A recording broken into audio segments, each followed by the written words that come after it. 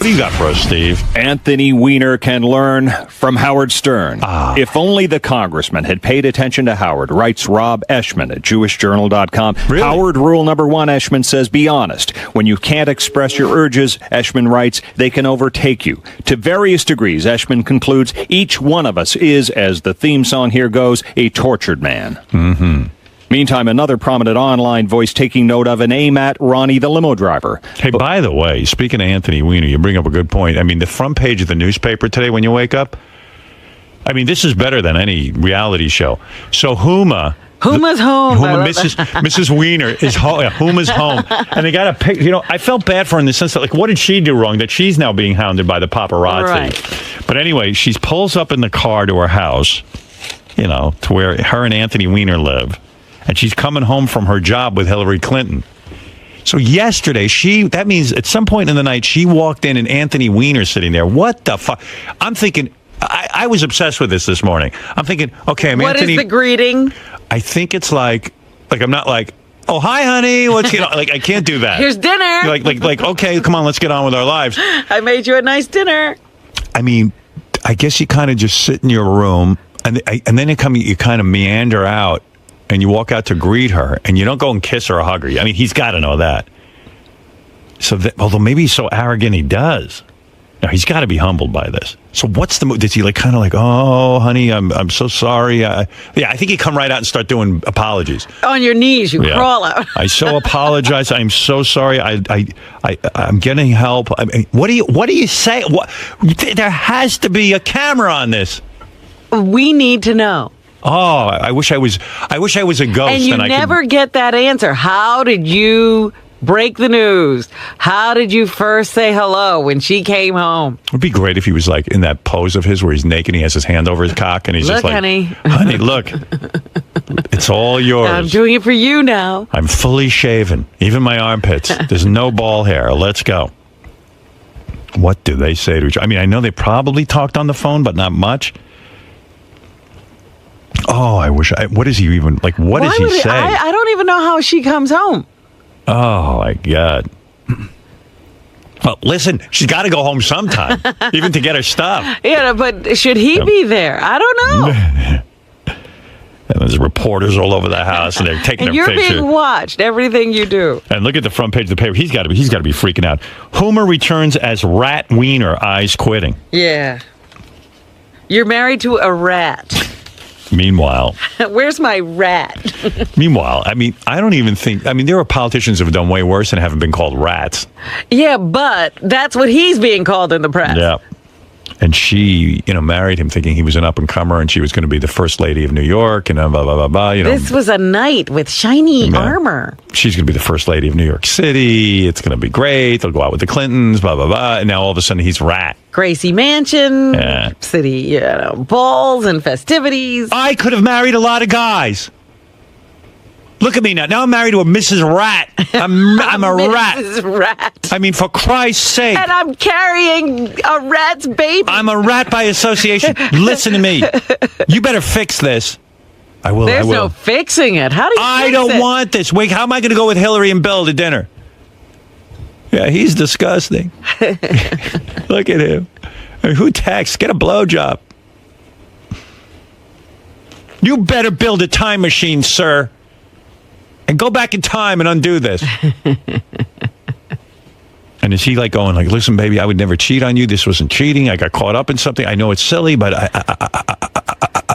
or does he just, what does he do? You know what? Maybe sit on the bed with a gun in your mouth. Oh. Then she's got to. Right? Maybe she says, shoot. Shoot. She's probably like, is that a real gun? I don't believe it. Listen, Huma. I don't want you going back to that disgusting rat man. You come stay with me and Hillary at our house. That's it. What he did to you is terrible. Terrible. I mean, you're hot. You understand what happened with me and Hillary, right? We got old, that's all.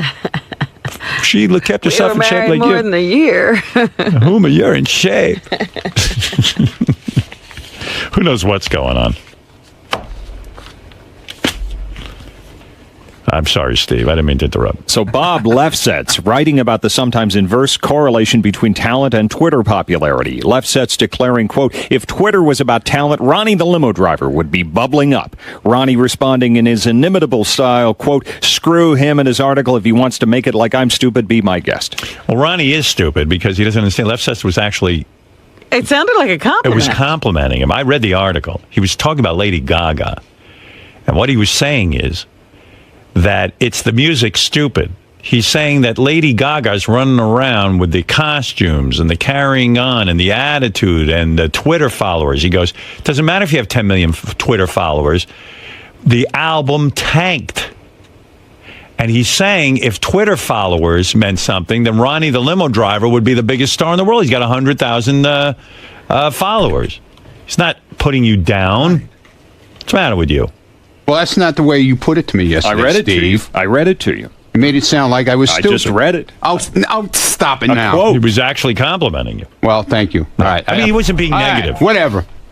104,000. All right. Nice. There you go. You're like Lady... Well, his point is that with all of her followers, She didn't sell a lot of albums. he's saying that the fans went to Adele. Why did they go? Was Adele's album big and Gaga's bombed? Because Adele's got a good album. That's the music business. I never met this Lefsetz, but suddenly I'm quoting him every minute. I might have to have him on.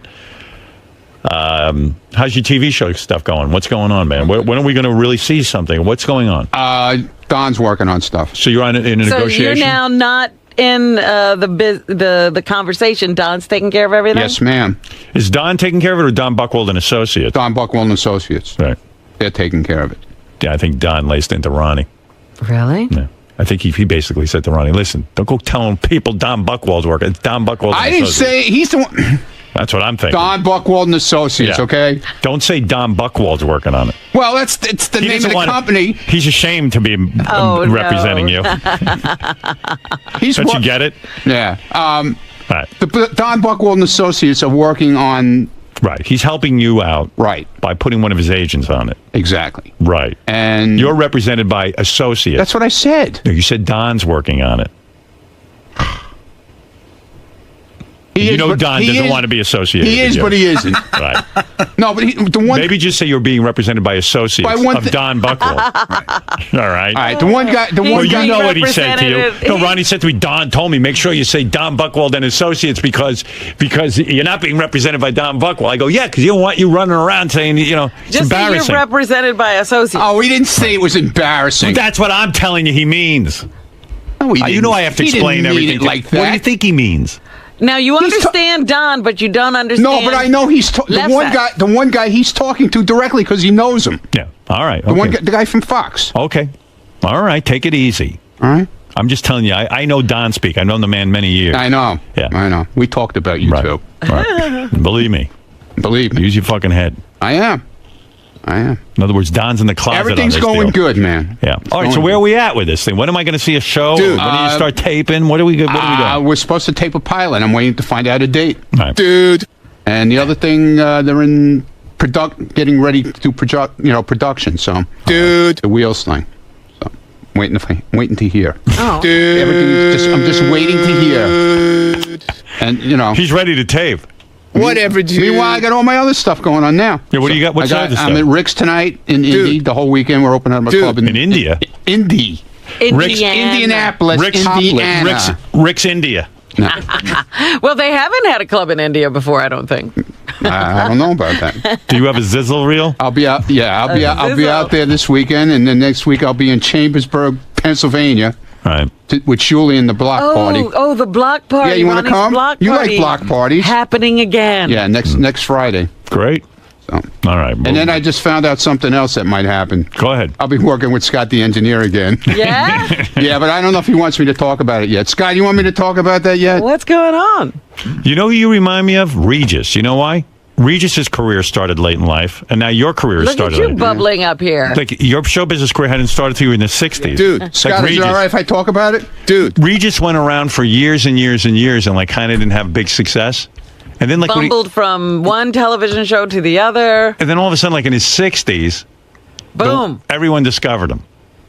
poor Ronnie. He's his whole Same life. deal. He's been waiting. Now all of a sudden he's everyone's sweetheart. Well, it's all thanks He's to our you, man. Clara Peller. I gotta say, Well, have to give props I to had the nothing boss. to do with it. I didn't say that. No, I said I had nothing to do No, with it. I'm saying it's your a lot talent. of Twitter stuff. A lot of stuff came through Twitter. I got to say. Where's the beef? As long as Twitter lasts, it's okay with me. You know, a year or two, it's fine with me. All right. Go ahead. So what is this So with Scott anyway, the now engineer? Scott has got a gig going on in Atlantic City at Harris. Right. Right. They have a club there at night. The pool at the pool becomes a club at night. Yes. And he's DJing with DJ Hollywood. And What do you need all to of a do? sudden, he comes to me this morning and he goes, "They want you to come and judge a contest Wow. out at Harris. They'll send a limo to pick you up and give you a room for the night and everything." Okay, I'm there. Pay you some money. I heard a funnier story that Scott the engineer, you know, Scott's like a lummox. You know, he's a lump on a log. And I love him, but you know him. And you heard what he does at these. So the last appearance he had with Ronnie comes out and MCs. Yes. And Scott's the DJ. So I don't know. Either Scott went to Shuli or something, goes, I don't know if I want to be a DJ at these things anymore. So, Oh, really? Oh, yeah, So Shuli yeah. goes. So Shuli, I believe, goes, Scott. What do you wanna do? What do you exactly? What do you want to do? He goes, maybe I'll co-host with Ronnie. We'll go up there together. How funny is that? You're Yeah, going to be a partner. Yeah, the two. I of mean, them. how stupid is that, though? First of all, of course it's Two stupid. guys standing there on the stage about Scott's- 5 by 5. Well, the ad libs you had in First that of all- last thing first- worked so well. Yeah. First of all, Shuli's... You're horrible. Listen, they bitched and moaned that it wasn't good the last time, so I said... I sat down with these guys and said, let's figure out something better that I could do. How's that going to be better? You're horrible on stage. Then Shuli said you can co-host with Ronnie. I didn't say it. Shuli said it. Shuli's No, full he of didn't. shit. He said did that? say it. Oh, I didn't he hear did. that. I never said that. Well, I would love that. Shuli just tries to stir up shit. I love That's it. all I he love you does. guys. So I love what goes on. I want to do a good show for these people. They're coming to But pay Scott, money. don't you think? I saw the show. I saw the video. Yeah. When you're there with your equipment and you're the DJ, at least it gives you a purpose on stage. I think it's like when if Ringo stepped out from the drums, What would he be doing? what would he be doing? No, I understand that. So at least it gives you a purpose on stage, and you can chime in with Ron. Yeah, you're like the band leader on the no, Tonight I Show. get it. But they were like, you're sitting there like a lump. I never said anything about These what guys you did. after we did the show. But you After- are I in love. said about Love. after the Peace show. and love. I didn't say during the show. I was bitching about you after the show, what you did after.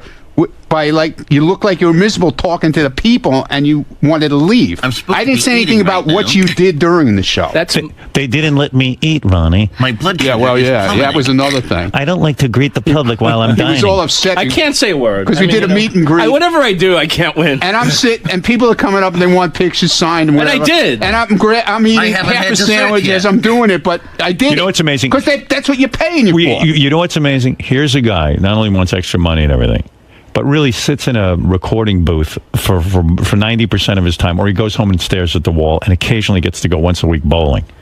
So finally, he shows up somewhere. Someone, imagine this, wants to take a picture with him or sign an No autograph. autograph. And I did. And all of a sudden he gets anything.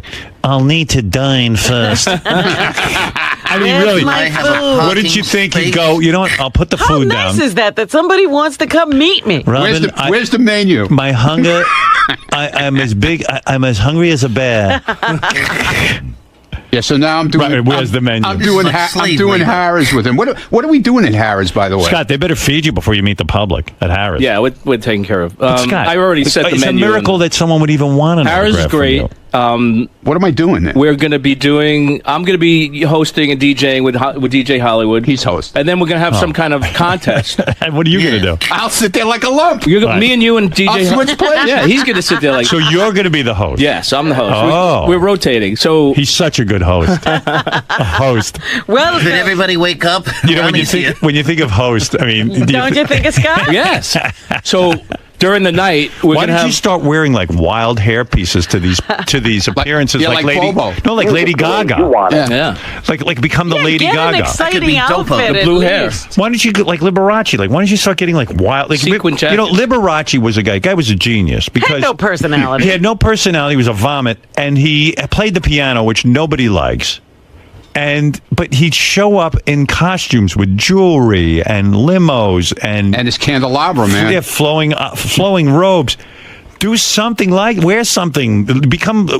You can't be Lady Gaga. Be Lady Blah Blah. You should have a candelabra on your blah. DJ desk. You know, Yeah. put a big candelabra. Okay. You want to hear a great story? Yeah. No. I love Scott. I love Scott. I know it's not going to be I great love for me. Scott to death, man. I love this guy. So we're doing Chambersburg, Pennsylvania next Friday night, the comedy thing. Okay. Comedy. Orchids, by the way. not doing comedy. Anyway, so it's a far ride. So to come back the same night is crazy. Right. So we're going to come back in the morning. So they're going to give us a hotel room to stay at. Funny already. So he goes, where are we staying? So I go, I don't know, we're staying in some shit motel called the Desert Inn. Right. Gets on the computer yesterday. I want to know where it is so I can get there. Gets on the computer yesterday. There's no Desert Inn. He's searching everywhere for this fucking place. Now, Chambersburg, I mean, how big could it be? So on the computer, you should be working, but go ahead. But there's 14 hotels in Chambersburg, believe it or not. Right. But there's no Desert Inn. Right. Because Desert Inn doesn't fucking exist. I made it up in my head. Right. You know? And he's searching, and he's Let's see, Las Vegas? He's going to Shuli. He goes, Shuli, where is this He's fucking such an place? asshole. You know that? You know, I just give him a nice gig and extra money, and he's got to fucking rip me an a-hole. Stop it. We're not doing anything at Harrah's. You're done. Why are you on the computer looking for Desert Inn when you're here? Come on. That's my problem. What do you mean, come on? I'm serious. He's got other gigs there. Yeah, I'm busy. You got to get you working, I am man. working. It was Believe during me, the I'm breakfast hour. Oh, I'm yeah. working. His I'm working. breakfast hour. I'm working. All right. Plenty working. Let me look for Desert Inn here. I see nothing of that nature. He goes, I don't see it here. I go, dude, it's a shit motel. You think they're going to have a website? Yeah, but the problem is you're giving him phony hotels, and he's got to work. I know. It was for like 5 minutes, that's all. I am working. Someone told me you made your intern look up Desert Inn, too. I didn't make her, no. She I was didn't make trying her to do help it. because you were freaking out. Oh, I didn't make her do it. She brought... If you didn't make her, then why did she do it? She has a computer. She just heard the conversation that I said I can't find one, and she decided to search for it. I didn't make her do it. And then she brought up a picture of the town also. It's fucking great. And he's looking for the Desert Inn. I only see bed and breakfast, Holiday Inn There's Express. 14 hotels in that little town, man. Where will I be staying? Recommended to be clean and the staff to be polite. Please instruct the staff I'll be arriving. And I want the breakfast to have a conglomerate of freshness. Hey, did you hear that Ganji's not allowed to go with us to Rick's this weekend? Why? Why? Because they put a kibosh on him going. Who did? On Demand? I guess so. So Budget? who's going with you? Richie Wilson and Chris Costa. Who put the kibosh? I don't know. I don't know. Oh, God, Ganji lives for that. Yeah, he was all upset. But he goes to me yesterday, he goes, well, if I really wanted to go, I could make it happen, but I'm not going to push the issue. So who told him no? I don't know. I have no idea. Boy, that's mysterious. Doug, what's going on with that? Doug's not in, and nobody seems to know why Ganji can't go. Huh? Who forbids that? I mean, I'm thrilled. I mean, I don't think Ganji should go. Greg here is telling me that it was self-imposed by Ganji. Really? Why? Because you gave him such a hard time, you're probably ashamed to go. Yeah, you know what? You know why Ganji pisses me off? Because he's creepy. Like everything that has to do with a chick, he's in on. For a while, he had to pre-interview the Miss Howard TVs, and I said, Ganji, it's not necessary. Will's going to pre-interview him, and he goes, well, no, I'll handle it myself. Well, you killed that for him too. Yeah, I know. You're but I go, ruining all his fun. But I said, but why do two guys need to why do I have to have two guys doing that? And why is the only guest that we have? I've had, Tatum O'Neal was here yesterday. One guy interviewed her. How come two guys didn't? You know what I mean? It was like insane what was going on here. And then Doug had to shoot her pictures personally. Right. Look, what was that about? So I said to these guys, listen, come clean. Is this something you want to do because you're horny? Oh, no. I'm way too busy. I don't even want to be pre-interviewing them. And Doug's like, no. I just thought I'd help out with some very attractive pictures. I go, but Jason takes the pictures. I already got someone doing that. I don't need double coverage on this stuff. Don't you? I thought you guys are so busy. We have such little budget. If you're too busy to do everything else, then how can you be busy with this? Yeah. Why is this taking up so much time and so many of the people who work there? It's like when I say to Scott, how can you not be doing this? You're looking up the Desert Inn. I mean, really? I multitask. Okay, that's all right. I multitask. There is work going on. So, and Ganji was just like being like, I didn't even realize these very hot girls were even girls. I mean, I didn't even notice them. So I knew he was being a bullshit artist. By the way, where is Doug and where's Ganji? It's almost 8 a.m. Well, they're pissed that they don't get to do these things. Ganji doesn't come in every day. Ganji doesn't come. And He I don't goes- know he where works- Doug is. Where there's no hot chicks booked That's on the right. show. That's what they're saying, because you know what? Will was pointing out to me that Ganji, he's in for some stuff. Like yesterday, he was the guy holding the mic when the Playboy Playmate of the Year was doing the armpit sniffing. Yeah, like how did Ganji show up here for that? Now that you say that, when we had the Playboy Playmate of the Year, all of a sudden he's here. And by the way, did you notice he tried to get online to get sniffed? Did you notice I blocked it? I did notice that. Because you know what? No one cares about Ganji. I had a choice. We were at the end of that armpit sniffing bit. Yes. And I'm looking it over. Like, Benji's there, who's way funnier than Ganji. And Ganji's in front of And him. Ganji's in front of him. He's in line to get close to the Playboy Playmate. And I went, what the fuck? So I give him a hand sign. Out. Benji, go up and get your armpit smelled. I'm gonna sit and waste time with Ganji. What if she likes my armpit? Now I'm going out with her. I asked him why, he came in. He came walking in about 7:15 yesterday, and I go, Yeah.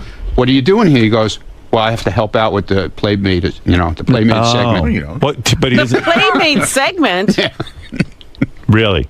What's different about the Playmate segment than Nothing. any other segment we do? He is such a fucking horny motherfucker. Hey, can you blame him? I know.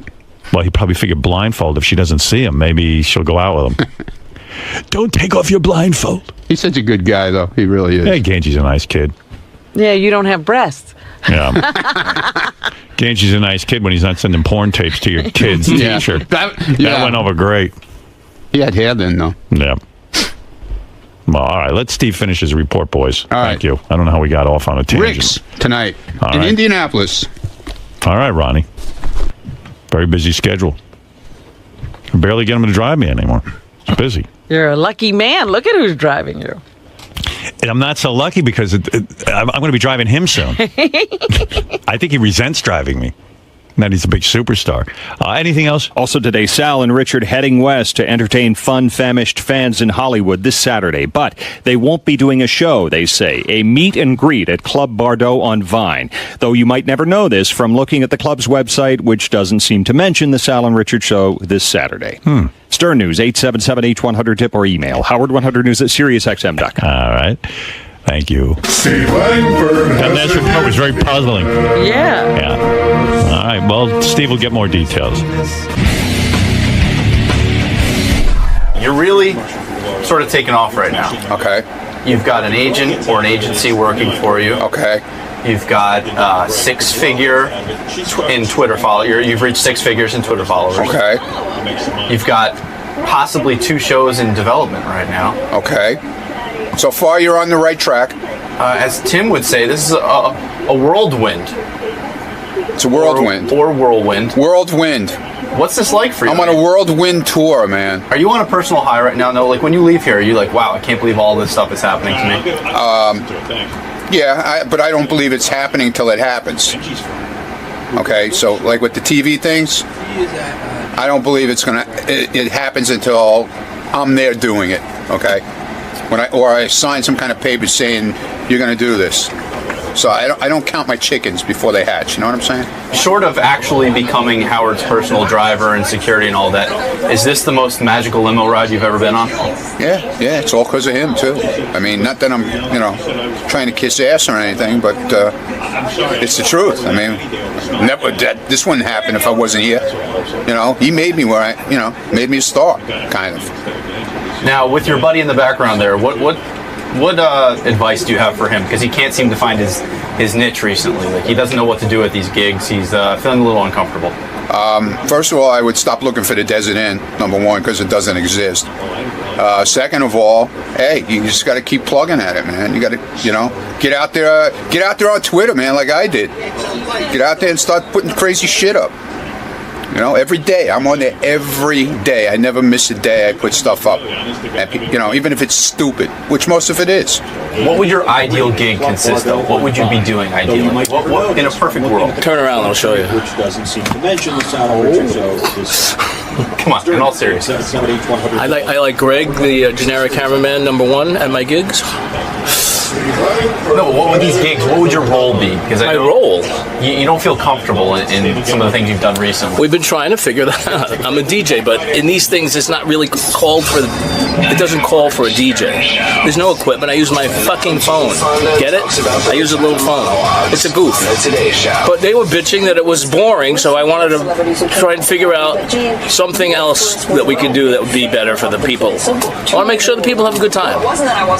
And you, sir, seem like the ambassador of fun. Oh, you've been to my gigs. I had a blast. Yeah, right? Did you not have the best time of your life? Second best, but yes. Oh, okay, sorry. Second best. I mean, yeah, we aim to please.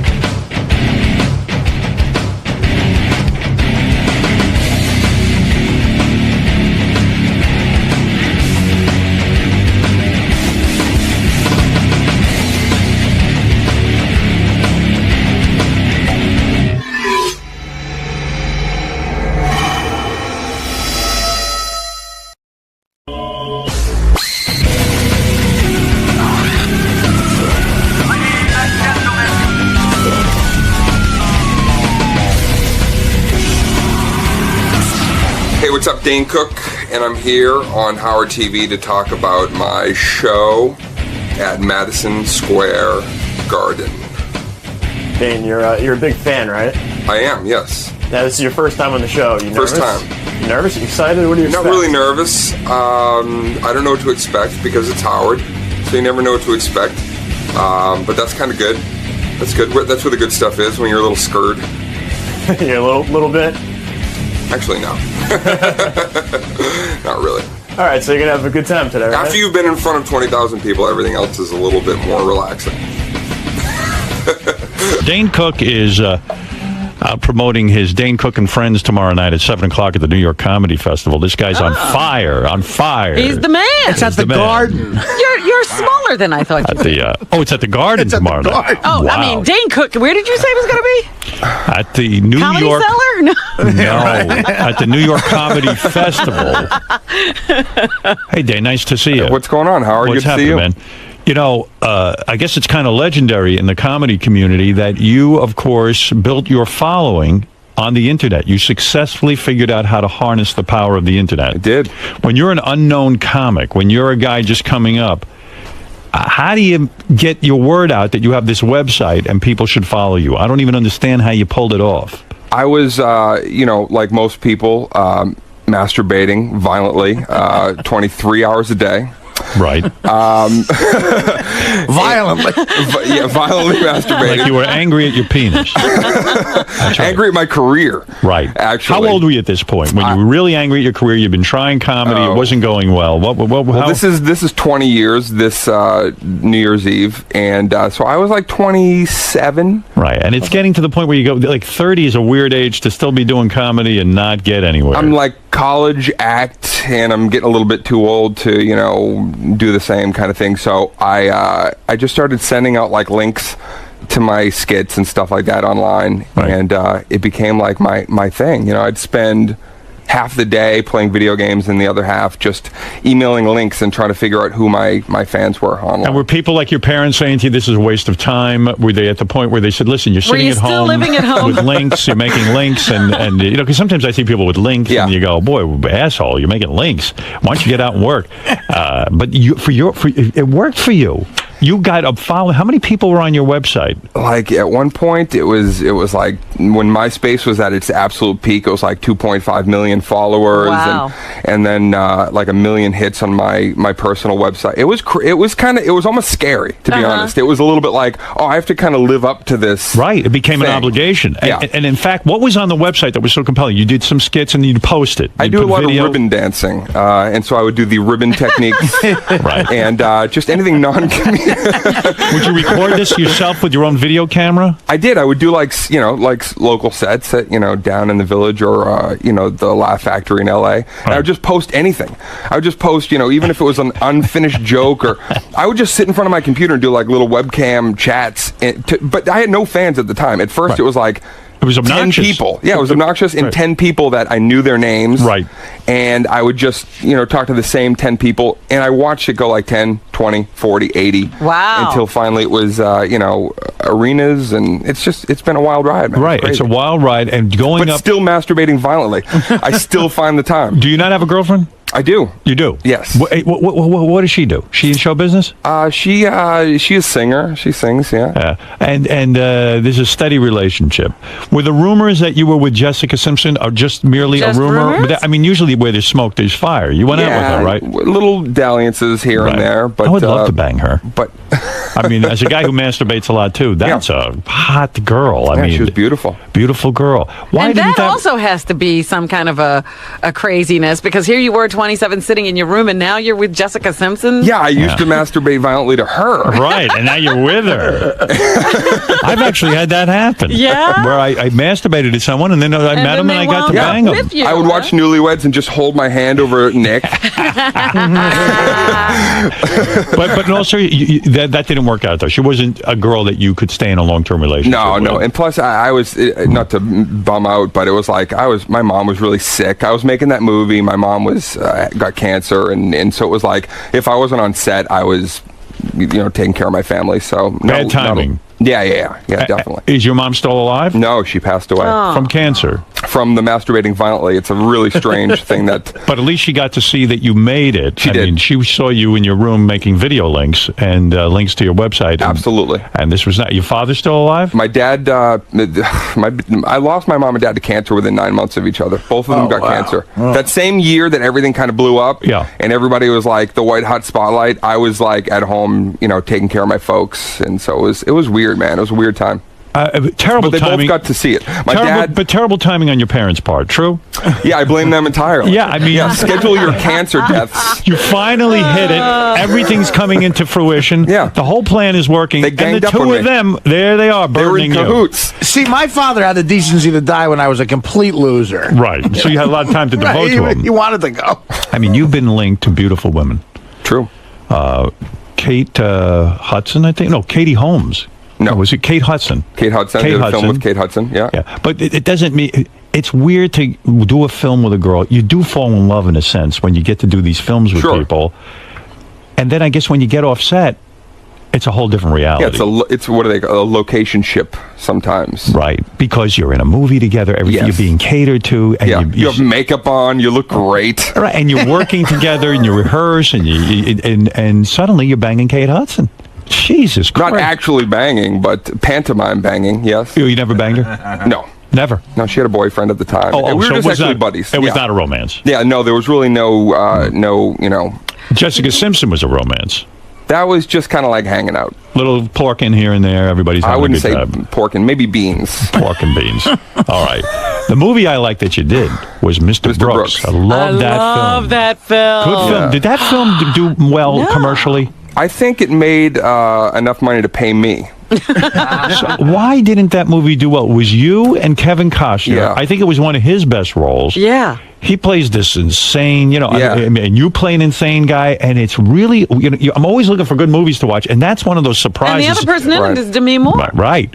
You rent it on DVD, and you go, man, this is a good movie. Why didn't I Yeah. see this in the theater? Was it poor marketing? What the hell happened? I don't really. Yeah, Did it you was have Video Link? it was a low budget. You know, it was definitely a low budget film. And when we made it, it was like, okay, we're gonna hope that when this thing, finally hits, that it goes wide. But you do these things and you just don't know. It's Right. not like stand up. I can control that. I can go out. I know what I'm going to present. And your writer, director, sometimes bouncer, Artie will tell you that. You're doing everything. You do a movie, and then when it's done, you're like, I don't even know what's gonna Did you happen. ever write a movie? I did, yeah. Did you get to produce it and put it out there? Oh, I did some short film stuff, but nothing. Are you frustrated with the scripts you get in the sense that you're like, well, I'm at the mercy of some screenwriter? I would think you would take the matter into your own hands the way you did your stand-up career. Yeah. No, I did a few, comedies that were, that were decent, but more like highlight good. There's moments in them. Right. But as a whole, that's why I'm writing my own stuff now, and we'll see what happens. Were you after the tour. popular as a kid in high school? No, absolutely. Were you loser-ish? Loserish, very introverted, panic attack. I used to have a tree called the throw-up tree on the way to school. And if I could make it past the throw-up, which I never could, I'd be frozen, my hands would be tingling, because the thought of being around people was just horrifying. You're antisocial in a way. I'm pretty shy. You are shy. Were you the type? Did you get laid in high school at all? Never. Never. No. No girls looked at you. I did finally lose my virginity in high school, but to my first girlfriend, but she was homely. Homely, and she acted like, very happy but to she be acted now. like she was doing you a favor. But she was she was homely now, but Right. she was hot then because I was very homely and Right. zits and Did the you whole go to deal. college? No, I did not. You did not go to college. No. You went out to make your career happen. Stand up in 1990 and never went to college. High That's school, right. and that's it. And did Isn't you that start? funny, though, that you wound up entertaining college kids? Well, the best thing is when I would do the colleges and I would walk in and then like a teacher or some staff guy would be like, you're here for the show? And I'd be like, I am the show. Did you start to get laid as you became a stand-up comic? Oh, yeah. And then the girls started to take notice of you. Oh, yeah. Like 22 to 28 was legendary for me. It was Really? just- Famous yeah. chicks too? Just gonna, Famous no, and not really at the non-famous, time. but really like hot. C-listers at the time. Yeah, but hot chicks who wanted to be famous. Yeah, like Soli Moon Fry's assistant. Right. That type. Not that you had Yeah. Soleil Moon Fry's assistant, Yeah. but that type. Right. Somebody like her. Somebody like her. I've seen her. She's hot, that assistant. Right. And sometimes two at a time. Did you orgy at all? Was that part of the legend, so to speak? In Reno, I did that. No kidding. Yeah. And how many girls were in the room with you at that time in Reno? I did. It was my first threesome. Threesome? Ever. Yeah. And you knew how to handle it? Oh, I was overwhelmed, You Howard. shoot your load rather rapidly? I think I knew it was going to happen, so I jerked off a couple of hours early Just like me. Yeah. Well, just like prep. every guy. Two. I did it just like you, too. Two girls at the same time. Did they know each other? The girls? Yes. How did they know each other? They were like Prison. They worked at like a men's club. Prison. And prison. Yeah, it was like they knew each other. You met them somewhere doing a show kind of Yes. thing, and they said, "Hey, let's go back to your room and party." And before you know it, they're naked. They're in your bed. Yeah. And now, I guess one's handling your penis, the other one's kissing you. Yeah, I've got like Joey Lawrence hair at the time. Wow. I had this huge like Lethal Weapon mullet, just big hair. There's a time come where it goes to your head that you start to think you're even better than you are, like that you're a superstar, you're God. No. Were you humble always? Yeah, You yeah. were. You were pretty. I never Probably was to a fault. I should probably be a little bit more cocky about it. Or, embracing your success. Yeah. But you had terrible tragedy for not only your parents dying within 9 months of each other, but even worse, you got ripped off financially.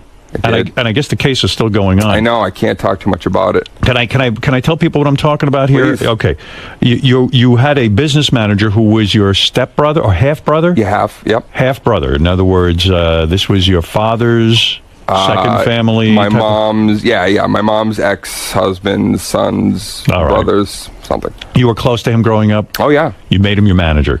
Made Business him manager. bookkeeper. Made him your bookkeeper. Yeah. You're accusing him, I guess, of stealing millions of dollars from you. Millions. 3 million or something like that? Is that the right number? Up. Yeah. Is it 11 million? It's dancing around that number. Sure. God. Oh, does Listen, that hurt? I got to tell you something. First of all, Yeah. you hear the number $11 million. In order to realize $11 million, Yeah. You got to make a lot of money. You got to make 22. And I think you seem like a pretty grounded guy.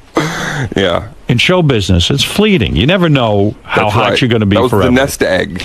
That was it. Once you had this $11 million, it gives you a certain creative freedom. Yes. A freedom in life. You can afford a home. Because stand-up comics, for the most part, don't make it. Oh, yeah. You beat the odds and you made it and you acquired this $11 million. Absolutely. How does he get $11 million? I don't know, man. I still don't know the answers. You weren't watching the books. Well, he was my brother. Right. So how did you come to find out that this has got to be incredibly painful? Because he's the one person you want to be able to trust. That's the thing is, I mean, I can't really talk too much about it because I still don't know. He's in jail, and until the trial, I don't know the answers. It's still a mystery to me. Right. Will you have to testify?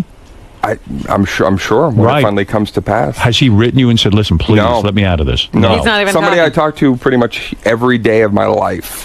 What a nightmare. Yeah. Oh, my God. Somebody you talk to. How did you discover when you it? watch like a 48 Hours, like those were my favorite shows, you know, Yes. and I used to watch those shows about people like Double Life and be like, almost kind of like, wow, that'd be kind of interesting to have that happen. Like it was almost so fascinating. Be like, wouldn't that be cool to have? I always wanted my family to have a deep, dark secret. I was like, that'd be great to, or live in a house that has like a ghost child running around, you know, like murdering people. Just something crazy. You probably told your brother this. I probably did. You get a morbid That's curiosity. going to be his defense. Yes. I was just trying to make your fantasy come true. So in all seriousness, But how did you discover it? I mean, when did you know that you were ripped off? It all happened literally within, like, at Thanksgiving of last year. Life was just hunky-dory and, you know, coming off, you know, my parents and all this stuff that had happened and starting a new tour. And then within a few days, everything just completely Hey, did you see the $11 million I had hanging around here? Is it true that you hired a business manager who then uncovered this, who figured out for you that a lot of money is unaccounted for? I can't really answer it because I don't know. I mean, I did hire a new business manager, but they didn't really discover. It was just something that kind of happened through a course of a few days.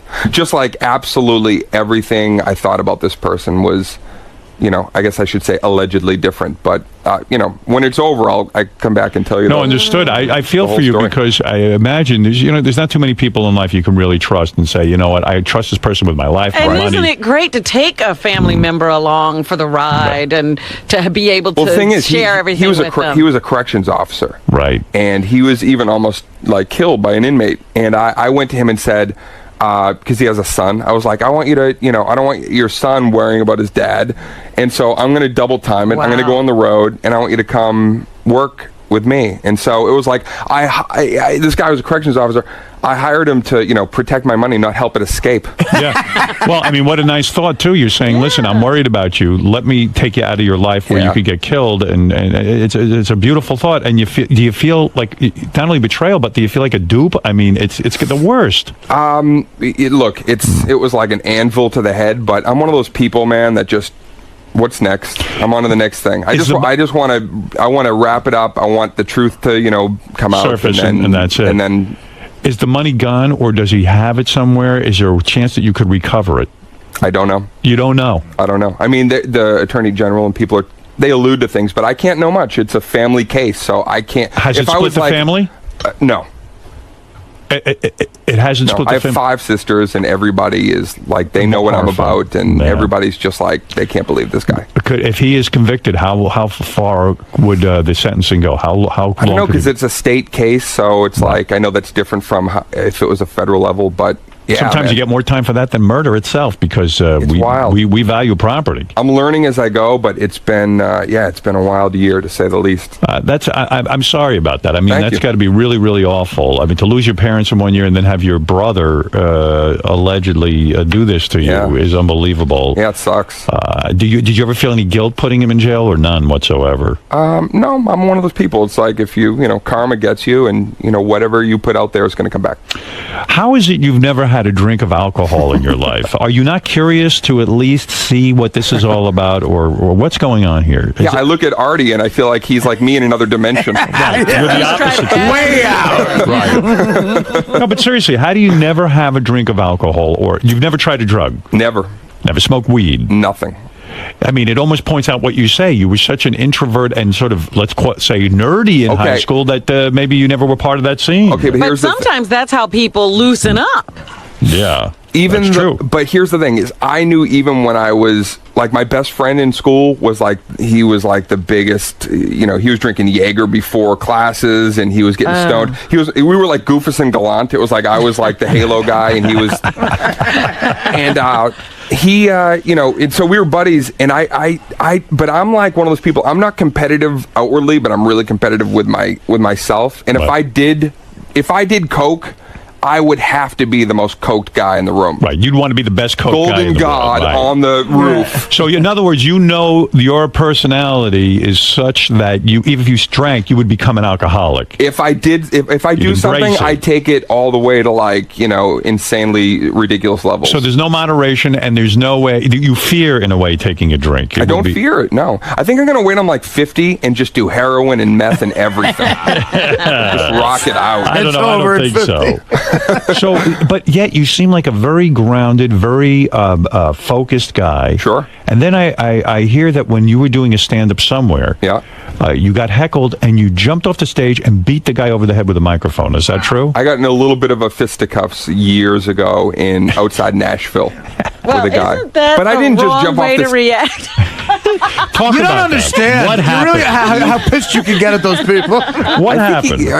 Like you do a lot of gigs and like crappy Chinese food restaurants that they turn into comedy clubs when you're coming up. And it's got to be depressing. The guy threw like a Buddha mug at me, or something. Something came out of nowhere, and then he threw something. He threw something at me. It might have been like a spare rib, or I don't know what it was, but I saw some debris come through the spotlight there, and then I said something about his girl. I went like right after his girlfriend because she was just yammering and fucking obnoxious. So.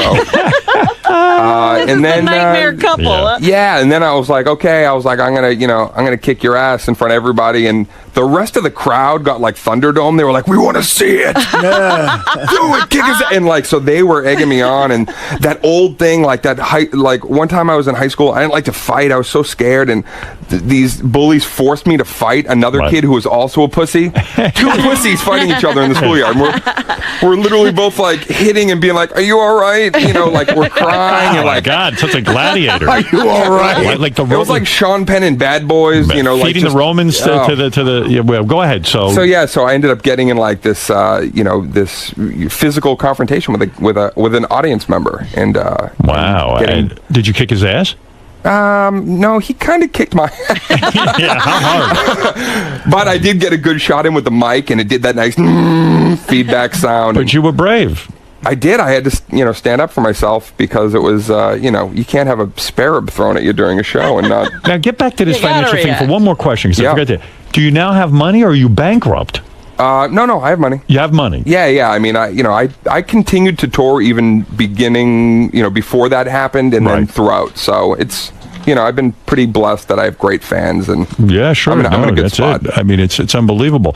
What do you think of comics who are working? And is there a certain age they should give it up, hang it up? Like if they're not making it, a guy hits 50 years old. I was doing gigs, Howard, with Rodney. I used to host for Rodney at the Laugh Factory, before he passed away. Sure. Still, when he would come in with an earpiece on, and his girl would sit up in the balcony and are you gonna go into the thing about the your wife and the sexual like she would feed them the lines, and really he was still killing. Rodney would kill, and he would do that thing too. It was like, it shows you how like comics were all a little insecure and fucked up. He would come in, I would host, and he would always do this thing, Rodney, where I would have to say, ladies and gentlemen, we have a legend here, Rodney Dangerfield, and Rodney would stand up, and he would do this, and I would say, Rodney, would you come up for a minute? Would you come up? And so it was all planned. Yeah, he had to have this. And he'd say, no, and I would have to say to the crowd, do you guys want to see Rodney? And they would go, yeah, and Rodney would kind of do his thing, and then come, Rodney, you're gonna, and like I was making him come up, but every time. Did he need that because he wanted it to seem spontaneous, that like all of a sudden he just came up and blew away the crowd, or did he want it because he didn't really want to be in a small club and he was just doing everyone a favor? I think it's like that thing where I know if you don't do stand up for a little bit, not only do you get like you feel like a newbie all over again, but you just feel like, do they care? Or they get, this. Rodney was insecure to the day he died, is what I you're believe saying. so, yeah. Wow, isn't that something with all of his success? Yeah, man. And all the But movies I believe and you can do everything. stand-up until you're, Why is it important to you as a stand-up comedy guy to... I see guys do this. You beat Dave Chappelle's record of staying on stage for over 6 hours. There seems to be some sort of longevity. What is the reason for that, Rick? Yeah, why do you need to do that? I don't understand what the thing is there. It really wasn't. It was a local. It's not a world record. I think some dude in Europe stayed on stage for like 9 days or some shit. You were on 7 hours. You did 7 hours straight on stage. I did. Is that hard for the audience? I mean, I don't care who you. I don't care if you're Steve Martin. I mean, it's 7 hours on stage. Yeah, it was ridiculous. Yeah, I mean, it's crazy. Why did you do it? Because it was okay. There was a record at the Laugh Factory that Pryor had set like 3 hours 50 minutes, and then I had done like 4.5 hours years ago, and then Chappelle came and was like, "Man, I'm gonna break that Dane Cook's record, man. Give me the mic." And so he went up and he did 6.5 hours, but Dave, like 4 hours of it was like lighting a cigarette. Yeah. He moves, got a very slow pace. slow and deliberate. Moving a stool for, Right. Dave's got like, "Man, I'm gonna move the stool, man. Blow a smoke ring, man." It's a good bit. So when you're growing up, who is the person that inspired you? Steve Martin. Steve Martin, right? That was the comedy album that I held on to, and my sister saw him at Madison Square Garden, and I remember the night she came home, I was 14, 15, and she said, "I just saw this guy, Dane, and he stood on stage," and she told me that he did this, 20,000 people, and I said, "I'm going to play Madison Square Garden someday." Was anybody in your family a comic, or where do you get that from? Everybody was kind of funny. Right. Yeah. But it either takes funny balls. or stealing money. But it takes right. But it takes hilarious. balls, which is funny if you're not the guy getting stolen from. Well, I mean, it does take balls to get up on stage that first time. Were you horrible the first time you got up? Yeah. I mean, yeah. The first few years are just absolutely, cringeworthy when you kind of watch it back. But I feel like a lot of comedians are jealous of you. I think maybe it's the internet thing and the tremendous success with playing stadiums, right? Joe Rogan accused you of stealing his material. Do you get that a lot? Do you feel that's out of jealousy, or do you feel there's some legitimate claim there? No, I don't. It's definitely not legitimate claim. But the thing is about it, it's tough to talk about from the perspective of a person. You're the perfect example. You start to get the success, and then there's the same people that were once saying you're the shit, you're the next big thing. Every DJ for a couple of years was like playing my bits and touting me, and I knew I was already in like the fetal position. Like, I'm gonna get smashed. Rolling Stone magazine called you like the up and coming great comedian of all time, and then the following year when you had your success, like the following week, the following week said you were a piece of shit and you don't deserve any success. Oh, that's nice. Aren't they nice? I know. But you know what? But I know that feeling because That's a turnaround. I've been on the cover of Rolling Stone twice. The cover of Rolling Stone was a big deal to me. Of course. And then I remember when we started on Satellite, after our first show, the guy wrote a review and said that we were the worst thing ever. We were good, we were great until then, and then we got on Satellite, we were terrible. Yeah. And it upset me, right? Yeah, I mean, look, when you're I love comics. I respect comedy, the art of comedy. It's all I ever wanted to do since I was a kid. So when people that you respect especially are the ones kind of slinging at you, it's confusing, right? If anything else, but I never really responded to it because it's just superfluous, and you're not a thief a little bit. You're a thief entirely, or you're not. And if you look at everything I've done, you can clearly see that these are my ideas, and I don't know. Right. People say what they're going to say, man. That's right, but you don't let it bother you. But you are an angry guy. I'm an angry guy. You have a couple of incidents which are very interesting. I here. do? Yes. Oh, It says here, according to the New York Post, Dane was once kicked out of Smith & Wollensky's steakhouse for Not being true. too difficult. Absolutely According not to an true. employee, Dane's assistant ordered for him. He got a steak and sent it back 3 times. The chef was furious. Eventually, we told him enough is enough, and they threw you out of Smith & Wollensky. That is not true. It's the chicken parmesan, those douchebags. No, that's absolutely not true. true. I laughed when I read that. Not true at all. So in other words, there's no fact there at all. I've never been kicked out of any restaurant my entire life. That was Sam Cook. I said this earlier this morning. The Post once wrote that I bought a stripper at Scores a brand new car or Mercedes or something. But when you're famous, you have to actually ask yourself, is somebody impersonating me out there and doing these things? Yeah, I mean, that's kind of... But when I read that, I'm like, okay, not only is it a slow news day, but they're like, let's make up some real boring slow news. It's like, pick an A-lister to lie about. As of June 2007, Dane was single. Then he dated Costa Rican singer Raquel Houghton. Yeah, that sounds hot to me. Oh, she's beautiful. I'm with her now. I'm back with Raquel Houghton. Are you living with her? Girlfriend? Yeah, she's beautiful. And she sings. She sings. Except she just had a tonsillectomy that went wrong. Yeah. And she was hemorrhaging and bleeding, and she's not singing right now. But she will be able to again? Yes. Tonsillectomy. Yeah. What got caught in her throat? This is a hot chick. Are we marrying this one, or is no way you'll ever get married? Because I don't know. I don't know what I feel about marriage entirely. But you in love with her? Yeah, she's You're cool. in love. Yeah. Look at this. Yeah. That must be awfully good what you're getting over there. I don't masturbate violently anymore. I gotta see a picture of this chick. I masturbate lovingly. Young chick? How old are we talking about? 17. 17, No. nice. From Costa Rica. Those are impressionable girls. Oh, those she's Costa beautiful. Ricans. Yeah. Very, very nice. You met the family? Oh, yeah. Hey, this is the greatest. 2008. Jessica Alba, I guess you worked with her on a movie. I did. Hot chick, right? Mm-hmm. No interest in her? Oh, yeah. She was, but she had a boyfriend. She had a boyfriend. Yeah. No chance for romance. No. She says, and this is what I would do on a film. She says that you purposely did a lot of extra love scenes and nude scenes with girls in order to, mess around with the girls. Oh, my goodness. Purposely the nude scene. Jessica accused you. I purposely wrote nude scenes. Just accused undressed. you and other cast members of tricking female extras into shooting unnecessary sex scenes for their own enjoyment on the set of Good Luck Chuck. Yeah, this sounds legitimate. Now, why would she say? Did you get along with her when you made the movie? Oh, yeah. She's cool people. Did you ever call her up and say, "Why are you saying this about me?" I did.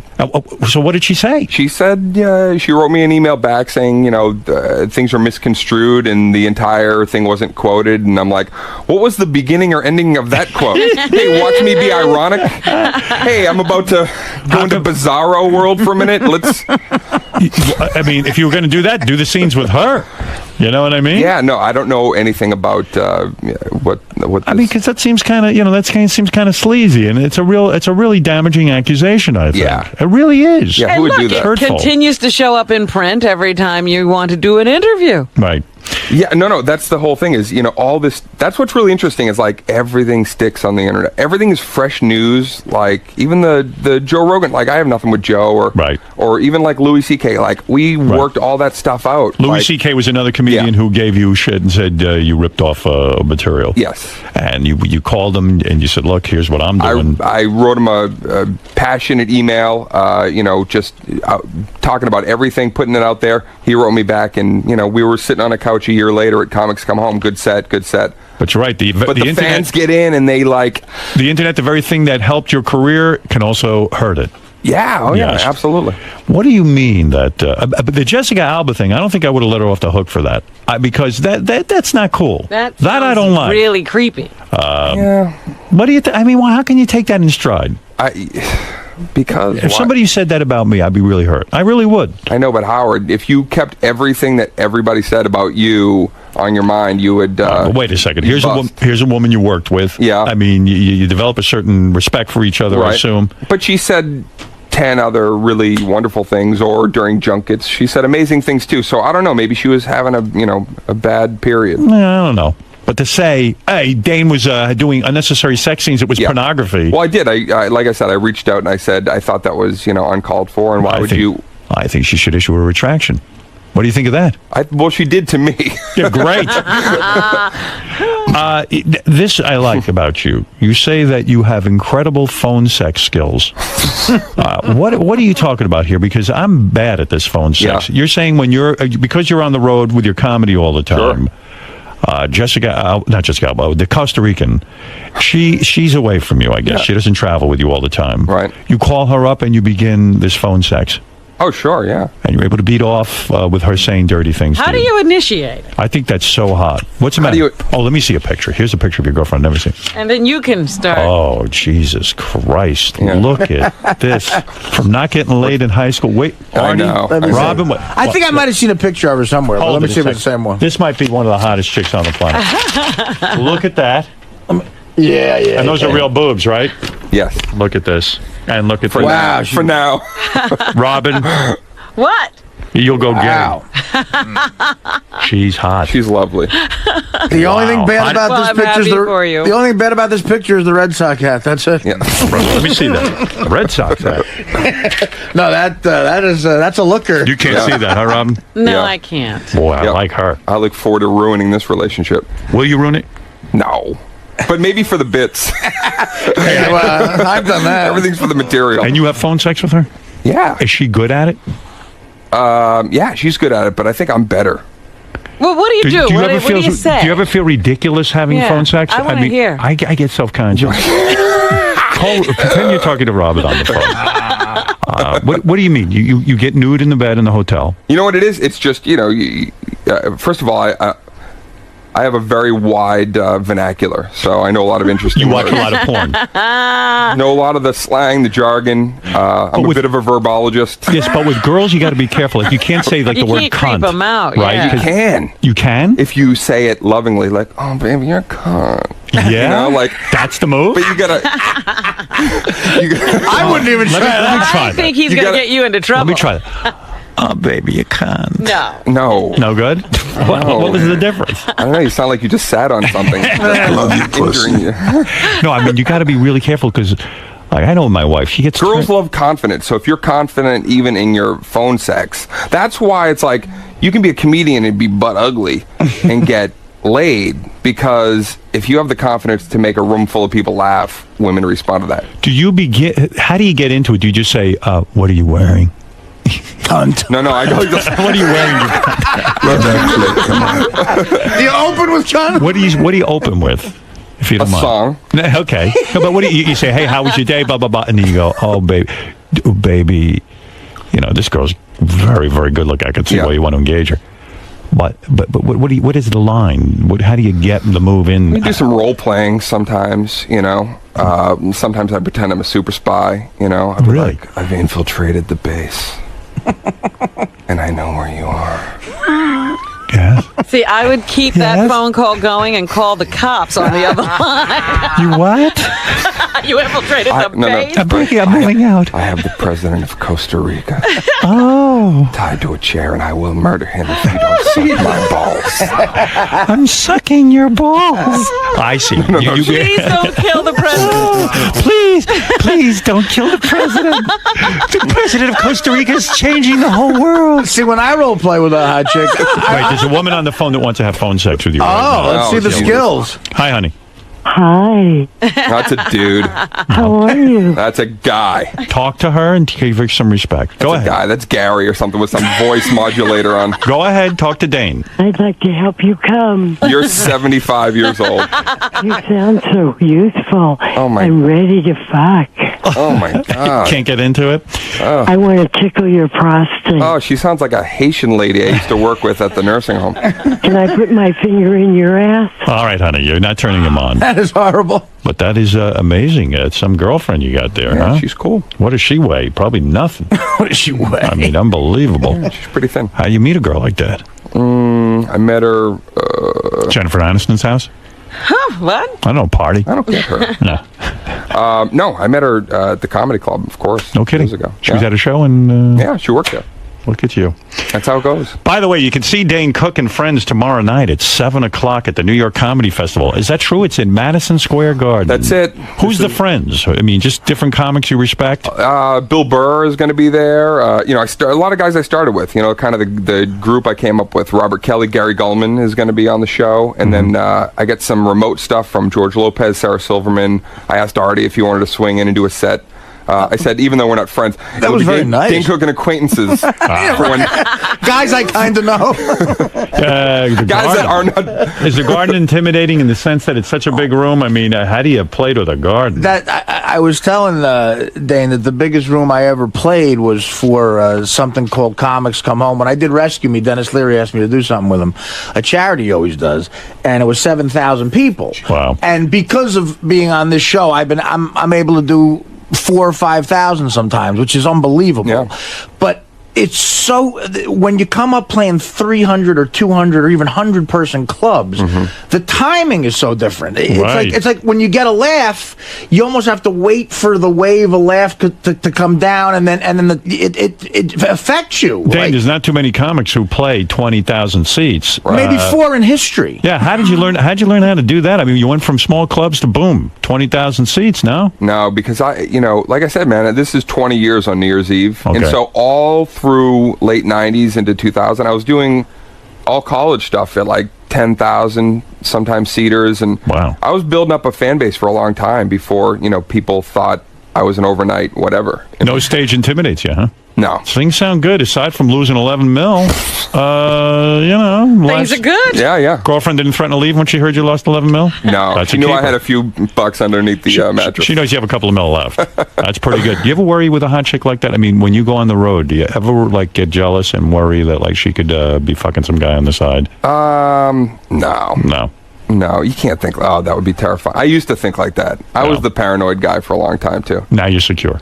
Yeah, checking in every hour and all that stuff. Vey. Yeah, it took a long time to get through that crap. What's the longest time you've been separated from this beautiful girl? We were on and off for a little bit. On and off for a little bit? I was off for a year and dated some pretty amazing women, and then once I was done with that, back into... You broke up with her? Yeah. And then you said you went out and dated? Yes. Couple of hot chicks. I had to.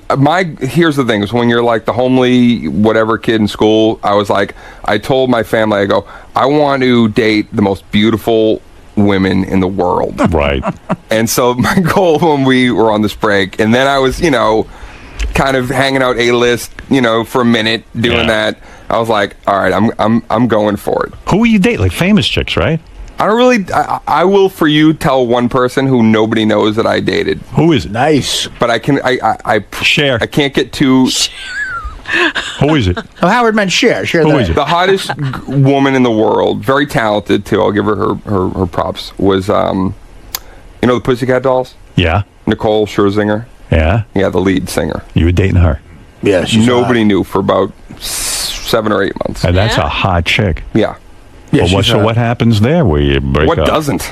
No, I'm saying, why break up if it's that good? Sexually was good? Well, because at the same time, it's like, Hollywood and people that are like, I don't want to date me.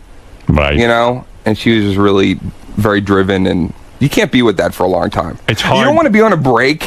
You don't want to be on a break and have to be like, I just want to fucking come home and sit, play some video games, and have your girl be like, oh, I'm in Morocco. Right, you want to be with her. Come see me. I'm in Nice, France. Right. Hop on the... It's like, I'm a homebody. When I'm not doing shows, I just want to relax. And this girl, she's with you. But that was it. It was like, okay, she's cool. She's, fan of my comedy. Make her laugh. And then, make this dream come true from this awkward kid of, dating one of the hottest chicks. Man. Sounds good to me. Yeah. But everybody's happy now. Wait, somebody else is on the phone wants to have phone sex. No. Maybe this will work out better. Let's try. Howard. Go ahead, honey. Hello. Okay, what do you want to say to Dane? I love a hot load on my face. Wow. Who doesn't? Ultimately. Right Join into the it. club, pal. You love a hot load on your With his dick in my mouth. I'm sorry. What was that? I once sucked a black cock. Oh, it was so big, I puked all over his balls. You sound very pensive. I don't think you got it, hot buns. Buns. You don't want to. Talking. I'm getting ready to come. All right, easy does it. Is that the computer voice from War Games? That is unbelievable. Do you want to play a game of chess? Jim, go ahead. What do you want to say? Hey now. Hey now. Hey Dane, big fan, man. I even let my kids listen to you. ages 16 to 9, man. I don't care. You're just friggin' hilarious, even though Artie doesn't think so. Oh, Artie, you don't think I'm funny? I never said that. Go ahead, Jim. I'm only kidding. Hey, Howard, did you ever see Dane's movie, My Best Friend's Girl? Yes, with Kate Hudson. fucking hilarious. So but she admitted though that Dane that you guys hooked up. she admits that the two of you had sex. This is a first. Why would I? He's embarrassed to have banged her, deny it? obviously. No, unless I had cheated and I was trying to hide something. But no, man, I didn't. We did not have a dalliance. He would be the first to admit it, I'm sure. She had a boyfriend. Well, she was with Dax Shepard. Let me tell you something. Sounds like a good life. I Sounds can't like complain, you're living man. the dream. And you know what? Now I finally got to say I did Howard Stern. I'm so glad you came in today. I've been trying for years, man. Wow. I told Gary I was sending my first CD 10 years ago. You happen to be a great guest. Oh, thanks. You talked I'll about be funnier stuff. next time. This was a good interview. On a scale of 1 to 10, I'm giving you the 10. I bet you the audience would too. All right. I'm telling It you. was a funny thing happened. I don't know if Dane remembers this. A couple of years ago, I was in Boston. I was doing a gig for the great Bill Blumenreich, we both know, promoter up there. God rest his soul. And I was in front of my hotel in the car waiting to go to the gig. Right. And it was kind of a rainy night, and I was tired on the road, didn't want to go to do this gig and everything. And I guess Dane was in a car right in back of me, and he noticed me walking in. I had never met him, and I hear a knock on the window. And it's Dane Cook, and he said, "Hey, Art, I just wanted to say hi." And I said, "Hey, Dane, how you doing, man?" He goes, "I'd love to come on the show sometimes, or Howard like it, blah blah blah." And he said, "Where you going?" I said, "I'm going to do a gig out in New Hampshire, stand-up gig tonight." I said, "Where are you going?" He said, "I'm going to make a movie with Drew Barrymore." He was on his way to the set of like an $80 million motion picture. Hey, Dane, are you friends with these people in the sense that like you go to their parties, like you don't party with Drew Barrymore's house? I imagine there's a real wild scene going on. No, man. I'm like, I do my shows and the show's over. I'm like, I'm kind of homebody, Yeah, but when you live in that's LA, what I was wondering, because you were talking about making these friendships on the sets. Do you keep these friendships? When celebrities were like I used to hang out at the Laugh Factory, and like you'd look and like Bruce Willis would walk into the club next door, or like Halle Berry. That's what I'm talking about. I did that, But then, you don't get to go to change, and you're Spencer. You don't hang out with Spencer and fucking reality. I don't mean that, but you don't get to go to Angelina Jolie's Christmas party at Brad's house. I get invited to a lot of stuff, but I'm selective. I don't. I've never been invited to Angelina Jolie's. You don't go to David Arquette's house every Sunday in Malibu for the big You're party. not playing basketball with them? You don't play at Gary Shanley's house? Oh yeah, the big badminton tournament. Gary Shanley has a badminton tournament going on. All right, listen, it's good to see you still have your head on straight. Thanks, man. I haven't gotten carried away. Where are you off to next to promote? I understand you got a very busy schedule. The tour rages on. It goes all the way through to when I hit like I said, 20 years. It'll be my hometown of Boston on New Year's Eve at the Boston Garden. And today you're doing a bunch of promotions as well, right? You're doing a bunch of interviews. Yeah. Where are you going to next? That's what I want to. Alexa Chung, baby. Alexa Chung. She seems to be on the rise. Oh yeah, you're going to talk to her? Yeah, she's apparently a model who has a talk show. No kidding. Is that But right? everybody, it's the hot thing. Well, you seduce her. Will I seduce her? Yes. If she wants me to do the phone sex, then I. It was good to have you here. Thanks, man. Yeah, really enjoyed meeting you. Hello. Dane, how'd it go, man? It was very good, man. I had a good time in there. Finally busted my Howard cherry.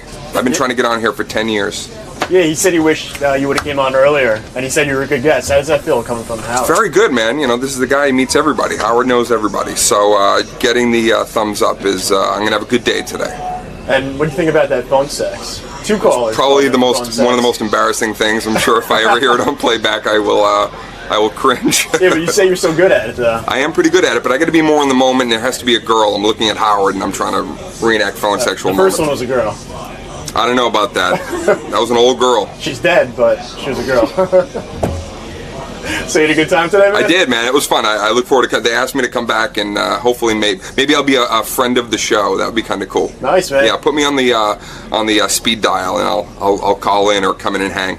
Cool. All right, thanks for All right, stopping you by. got it.